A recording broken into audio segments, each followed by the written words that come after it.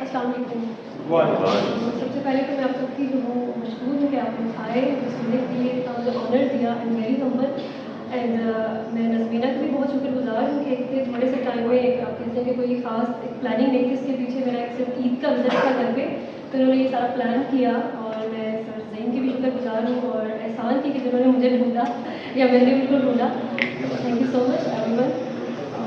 آپ لوگوں نے میرا تعارف تو آپ سے کروا دیا ہے، اور میں نے پہلے بھی زین صاحب سے کہا تھا کہ اپنا تعارف کروانا مجھے سب سے مشکل لگتا ہے، کسی اور کے ذات کا تھیسس پیش کرنا بہت آسان ہے، لیکن جب اپنے آپ کو کیونکہ ہم اپنی بہت سی ڈائمینشنس کو جان رہے ہیں، ہماری جو پرسنالٹی ہوتی ہے اس کے ڈفرینٹ رولز ہوتے ہیں، ڈفرینٹ اس کے فنکشنز ہوتے ہیں، ہم بہت سلیکٹیو جو اپنے آپ کو کسی کے سامنے جو ہے وہ کھولتے ہیں، تو بہت مشکل ہوتا ہے لیکن جنرک جو ہے آپ نے جنرلی اپنے آپ کو ڈسکرائب کرنا ہوتا ہے، تو میں جو ہے وہ ایک ناکام سے کوشش کروں گی۔ نام سے بھی آپ واقف ہیں، اور میرا جو پیشن ہے وہ لکھنے لکھانے سے ہے، اینڈ میں فل ٹائم جو ہوں وہ رائٹر ہی ہوں، اور اگر جاب کی بات کروں تو میں نے ٹیکسٹائل انڈسٹری میں بھی کام کیا ہے، لیکن جیسے آپ کو پتہ ہے ایک رائٹر ایک آرٹسٹ کی ایک جو پرسنالٹی ہوتی ہے، تو مجھے صرف ایک جاب ہے جو مجھے برداشت کر سکتی ہے، جسے میں برداشت کر سکتی ہوں، وہ ٹیچنگ ہے، کیونکہ یہ میرے پیشن کے ساتھ جو ہے وہ ایسوسیٹ کرتی ہے، مجھے ہیل کرتی ہے، اور اس پڑھانے کے دوران جو ہے وہ آپ کو مختلف کہانیاں ملتی ہیں، ڈفرینٹ جو ہیومن بیہیویئرس ہیں ان کے ساتھ آپ کا جو ہے کنیکشن بنا ہوتا ہے، تو جاب کی میری یہی کہانی ہے۔ اور اگر ہم بات کریں عشق تو کی، تو اس پہ میں بات کرنا چاہوں گی، یقیناً آپ بہت سے لوگ جو ہے جاننا چاہیں گے کہ عشق تو ہے کیا، بیسیکلی اس کا تھیم کیا ہے۔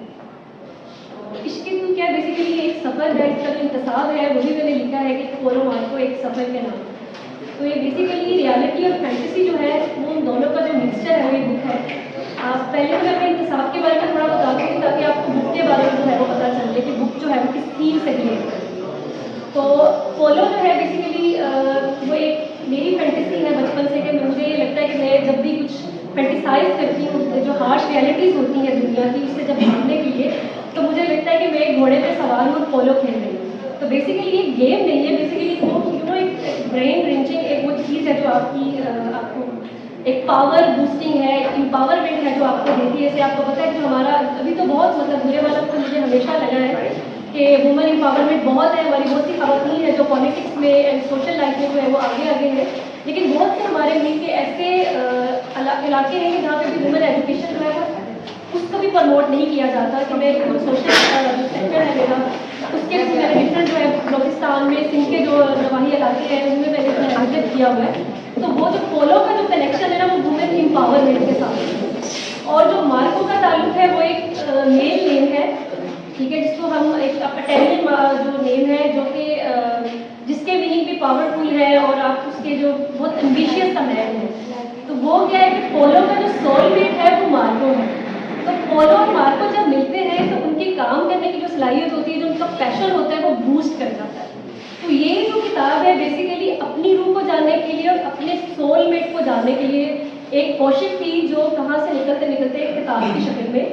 بن گئی۔ اب ہم یہ سوچتے ہیں کہ سول میٹ کیا ہوگا، مے بی ہی someone a life partner, لیکن مجھے یہ لگتا ہے کہ سول میٹ وہ چیز ہے جو آپ کی روح کا حصہ ہے۔ جب اللہ نے آپ کو بنایا تھا اور آپ سے عہد الاسد جب آپ کا ہوا تھا، تو اس کے بعد وہ آپ کا سول میٹ اور آپ کی جو سول ہے وہ سیپریٹ ہو گئے تھے، اور اس دنیا میں جب ہم پیدا ہوئے، ہمیں اس دنیا میں بھیجا گیا، اتارا گیا، تو سکسیس جیسے ہم دیکھتے ہیں کہ ہمیں لگتا ہے کہ ہمارے پیدا ہونے کا مقصد ہے کہ ہم کسی چیز میں کامیابی حاصل کر لیں، وہ ادھر دنیاوی ہو یا کچھ بھی ہو جو ہمیں مکمل کر دے، لیکن بعض اوقات کیا ہوتا ہے کہ ہم نے دیکھا ہے کہ ہم اپنے پروفیشن کی یا پیشن کی کسی بھی ہائٹ پہ پہنچ جاتے ہیں پھر بھی انکمپلیٹ فیل کرتے ہیں۔ تو مجھے یہ لگتا ہے کہ کمپلیٹ ہونے کے لیے یا مکمل خوشی سے کامیاب ہونے کے لیے آپ کو اپنے سول کے جو آپ کی روح کا وہ جو ایک گم شدہ حصہ ہوتا ہے اس کو ڈھونڈنے کی ضرورت ہوتی ہے، اور جب وہ آپ کو مل جاتا ہے تو آپ مکمل محسوس کر لیں۔ تو بچپن سے ہم سب کے ذہن میں یا آپ کہہ لیں کہ کچھ جو کریٹیو یا کچھ باغی ذہنیت کے لوگ ہوتے ہیں ان کے ذہن میں ایک سوال آتے ہیں میں کون ہوں، میں کیوں ہوں یہاں پہ، تو ان سوالوں کو میں نے جانچنا شروع کیا تھا کہ میں کون ہوں، تو خود کو ڈھونڈتے ڈھونڈتے کیا ہوا کہ میں اس تک پہنچی کہ میری سول کیا ہے اور میرا سول میٹ کیسا ہوگا، اور اس کو ڈھونڈتے ڈھونڈتے کیا ہوا میں خدا تک پہنچنا شروع ہوئی۔ ہم یہ تو نہیں کہہ سکتے کہ ہم خدا تک مکمل پہنچ سکتے ہیں، کیونکہ خدا ایسا ہے کہ وہ کہتے ہیں نا نصرت کا بھی ایک گول ہے کہ خدا وہ خدائی کا جو سمجھ میں آ جائے، تو تو یہ وہ جرنی تھی جو خود کو ڈھونڈنے کی کوشش کی، اور خود کو ڈھونڈتے ڈھونڈتے کیا ہو کہ اب خدا کو ڈھونڈنے کی طرف چلنا شروع ہوئے. تو وہ جو اپنی کہانی تھی جو میں نے خود کو ڈھونڈا وہ محبت ہے مجھے، کیونکہ مجھے خود لگتا ہے بذات خود کہ میں محبت اور کائنات کی ہر اکائی ہر یونٹ جو ہے وہ محبت ہے. اور اس کے بعد جیسے یہ کتاب کا ٹائٹل ہے عشق تو، تو محبت سے کچھ چیزیں آگے چلنا شروع ہوتی ہے. تو جب ایک اسٹیج ایسا آتا ہے کہ جب آپ خود کو ڈھونڈتے ڈھونڈتے خدا کو ڈھونڈنا شروع کر دیتے ہیں، تو پھر کیا آتا ہے، ایک اسٹیج آتا ہے عشق کا. تو اگر میں عشق کو آسان لفظوں میں بیان کروں، یا وہ جو میرا اپنا ایک کانسیپٹ ہے عشق کو لے کے، تو وہ یہ ہے کہ عشق کا مطلب جو ہے وہ آپ کی ذات جو ہے نا اس کو اپ گریڈ کرنا ہے. جب آپ کی ذات اپ گریڈ ہوتی ہے، عشق ہوتا ہے تو آپ کی ذات اپ گریڈ ہوتی ہے. ہمیں لگتا ہے کہ عشق کا تعلق جو ہے وہ محبوب سے ہے، لیکن مجھے لگتا ہے کہ عشق کا تعلق معشوق کے ساتھ ہے. محبوب کیا ہے، وہ صرف ایک میڈیم ہے.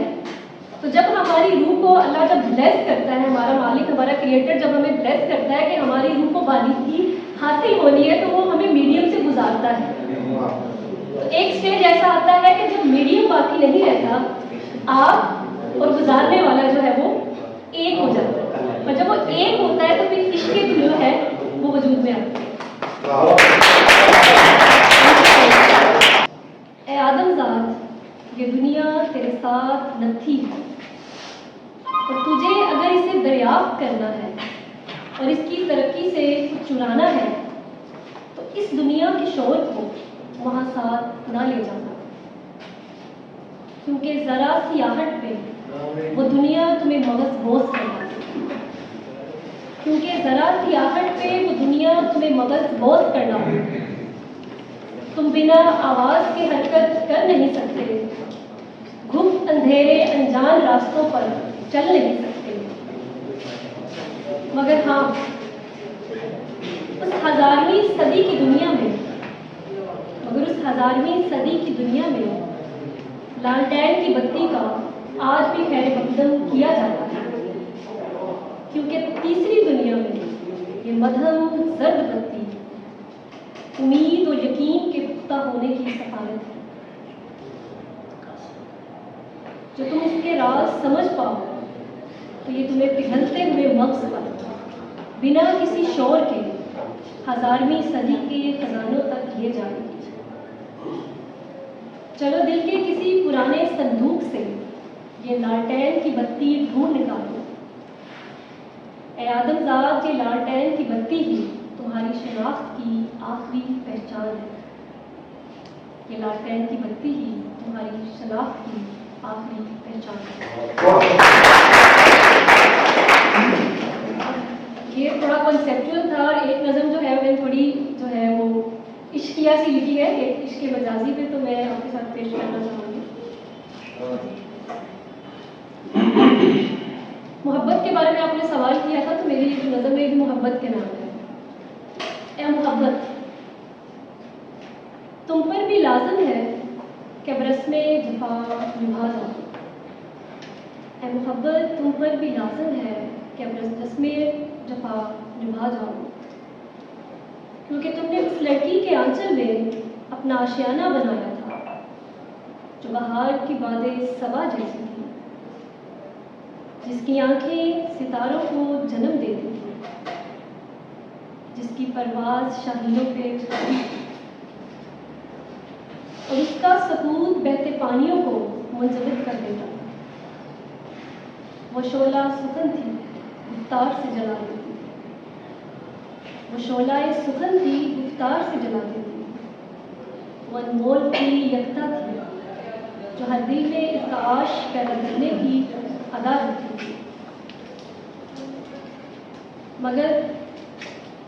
مگر اب اس کا آنچل چاک چاک ہے، وہ جاڑے کی سرد ہوا جیسی ہے. اور اب اس کی آنکھوں کے ستارے شہاب ثاقب کی مانند گر رہے ہیں. اس کے پر خزاں رسیدہ ہو چکے ہیں،